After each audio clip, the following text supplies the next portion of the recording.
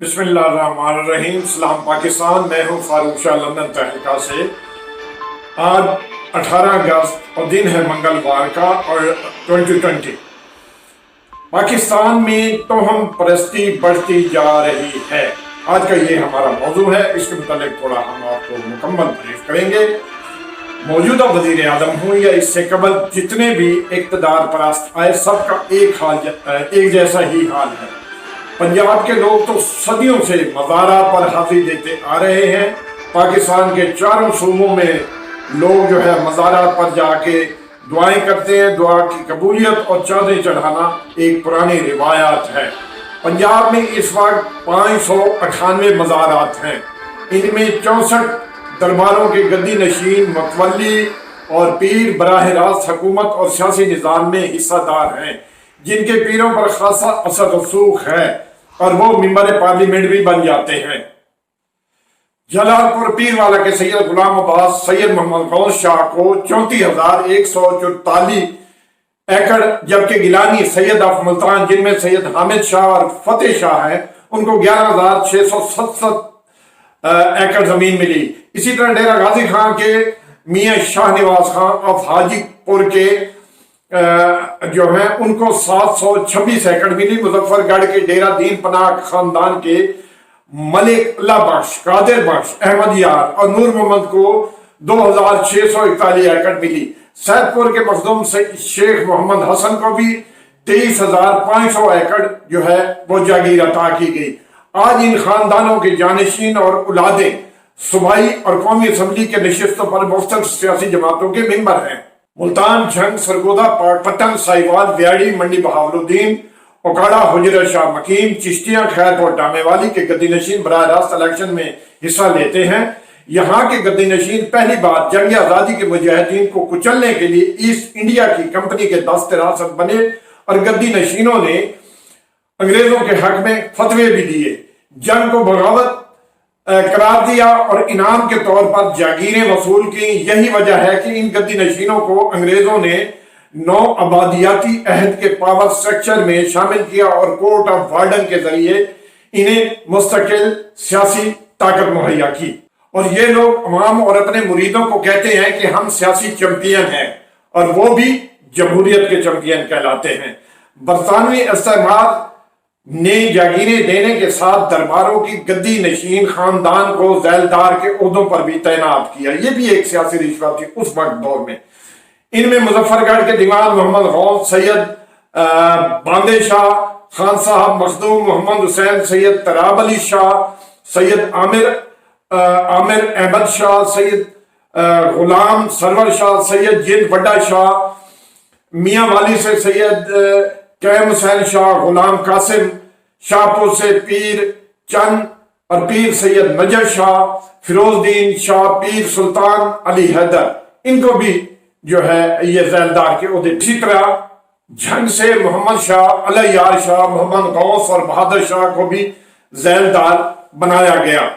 ہندوستان پر برطانوی تسلط کے 180 سال بعد 1937 میں محدود جمہوری انتخابات کرائے گئے تو یونسٹ پارٹی میں شامل یہی جاگیردار تھے، یہ گدی نشین اور پیروں کو انگریزوں نے منتخب کروایا۔ جنوبی پنجاب کے گیلانی، قریشی، گدیجی، مخدوم اور دیگر سیدوں کے علاوہ وسطی پنجاب سے Pir Naseeruddin Shah of Shah Jiwna of Jhang Makhdoom, Syed Ali Raza Shah of Sindhia والی مخدوم، سید ناصر حسین شاہ، پیر محی الدین لال بادشاہ آف موکھنڈ شریف اٹک، یہ بھی نمایاں ہیں۔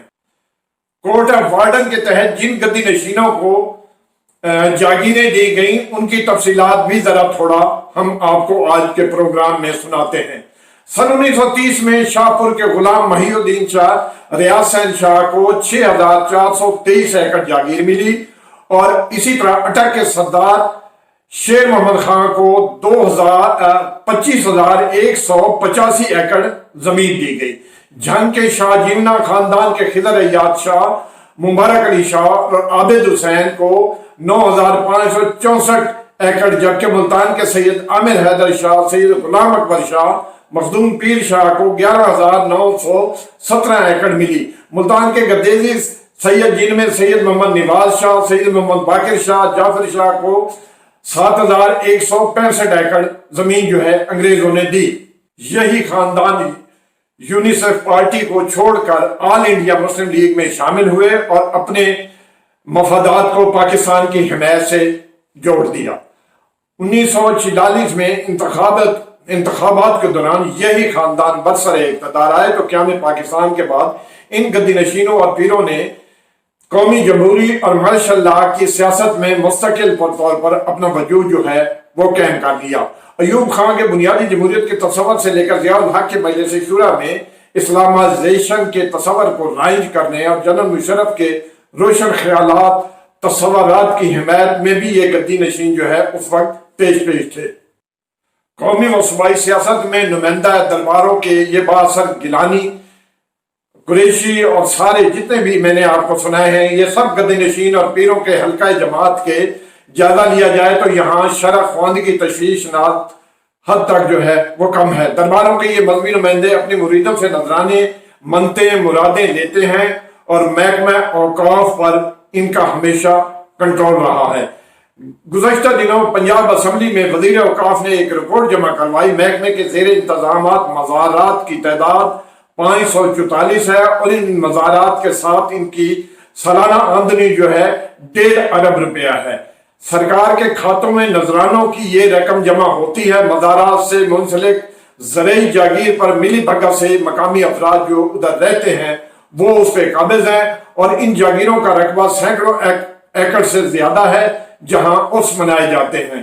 تو ان گدی نشینوں کا جہاں سیاست میں اثر رسوخ ہے، اسی طرح عوام کے ذہنوں پر بھی یہ پیر بن کے انہوں نے قبضہ کیا ہوا ہے۔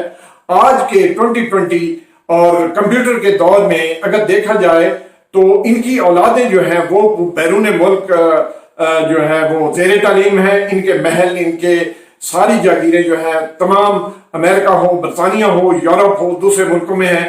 یہ سادہ لوگ عوام کو آج بھی جو ہے ان کے اس پہ ان کو قبضے میں رکھتے ہیں۔ تو یہ تھی آج کی تھوڑی سی مختصر سی سٹوری۔ لندن تہلکہ کو ہمیشہ یاد رکھیں اور ہماری جتنے بھی ہمارے نئے ویور ہیں، سننے والے، تو پلیز میں ان سے گزارش کروں گا کہ ہمارا چینل لندن تہلکہ کو سبسکرائب کریں، ہماری ویڈیو جو ہے وہ شیئر کیا کریں، ہمارا لندن تہلکہ کا پیج ہے اس کو بھی پروموٹ کریں۔ ہم انشاءاللہ آپ کو ایک سے ایک بڑھ کر نئی فلمیں دیں گے اور انشاءاللہ ملتے ہیں اگلی بریک تک۔ تو اس وقت تک آپ سے اجازت چاہتے ہیں۔ فی امان اللہ۔ آپ جتنے میرے بہن بھائی ہمیں دیکھ رہے ہیں ان سب کو خدا حافظ۔ انشاءاللہ ملتے ہیں ایک بریک کے بعد۔